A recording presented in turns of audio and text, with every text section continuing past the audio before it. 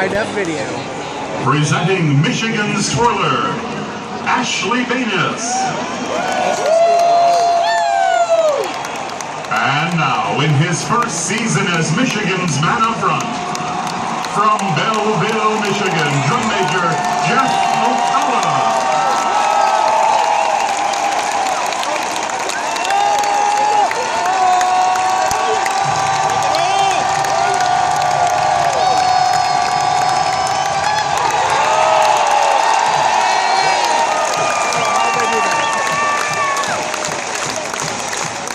That I'll be laying on my back.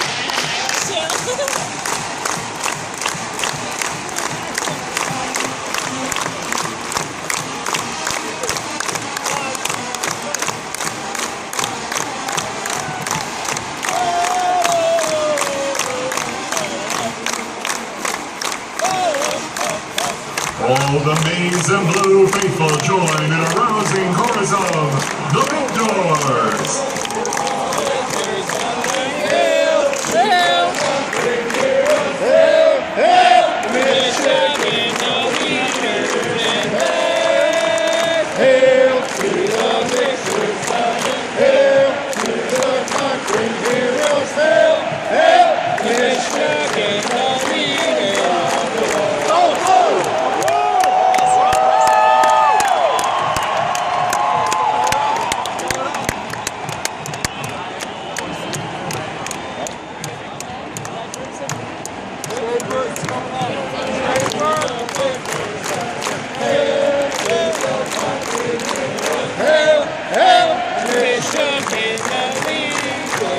We salute the Fighting Irish of Notre Dame.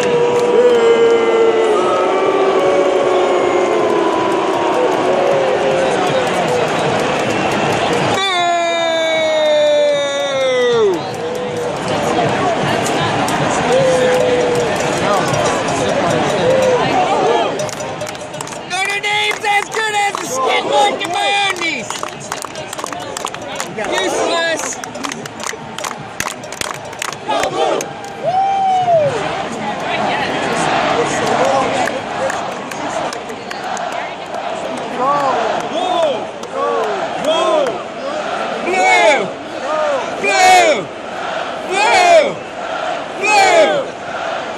From the rich musical heritage of the University of Michigan, the Michigan Marching Band plays Varsity.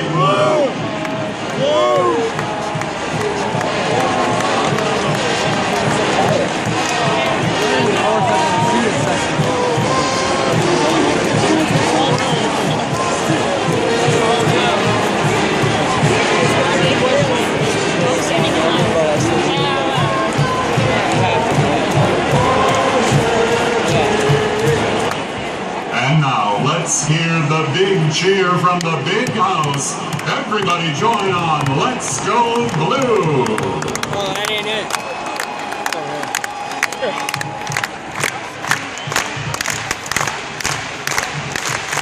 Let's go blue!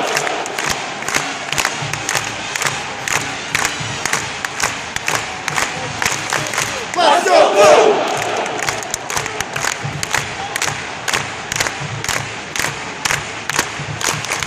Let's go blue!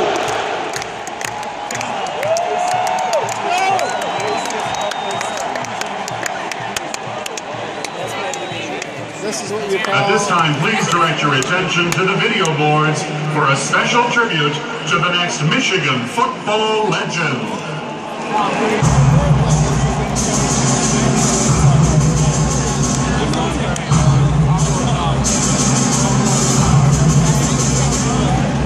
Michigan football. Those two words alone conjure images of excellence and tradition. King.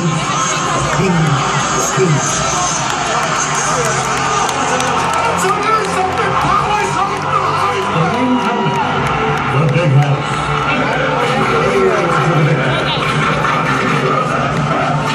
One student legend remains the gold standard in Ann Arbor.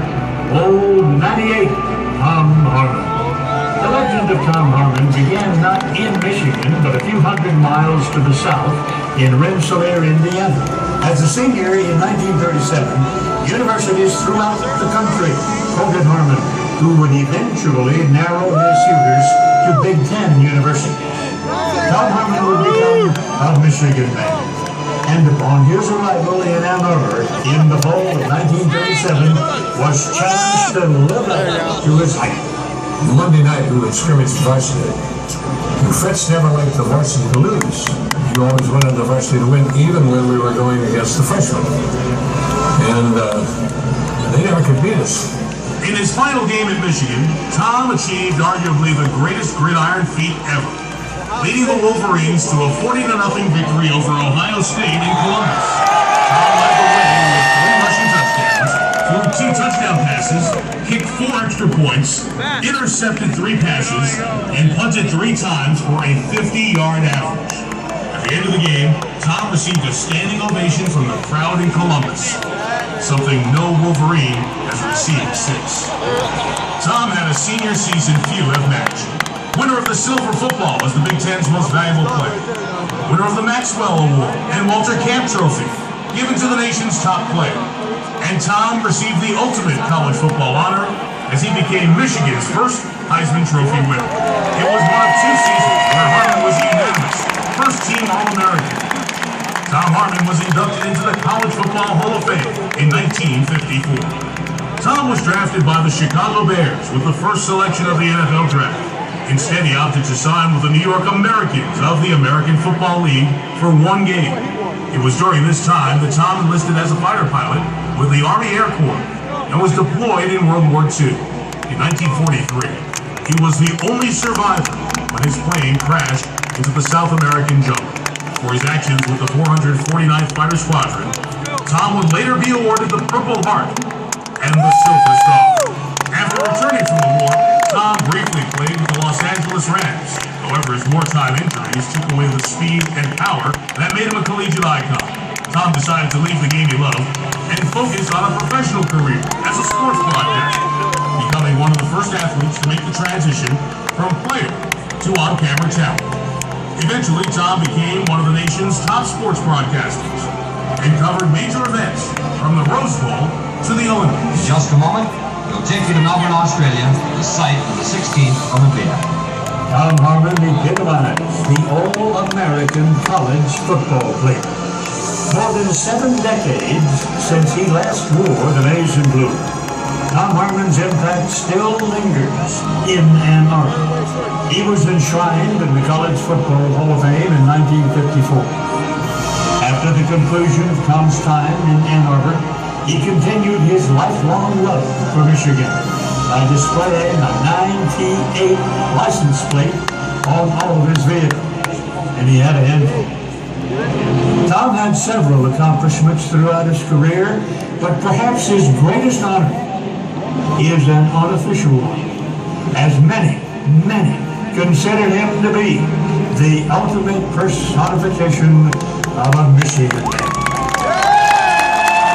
And now, at midfield, please welcome Michigan Athletic Director David Brandon and the son of the Michigan football legend, Mark Harmon.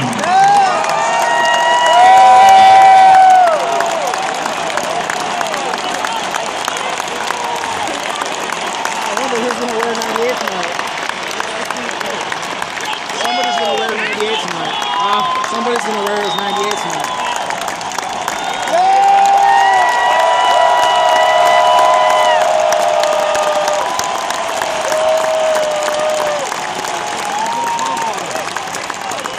Dad was only proud of Michigan. His whole life, everything came back to Michigan.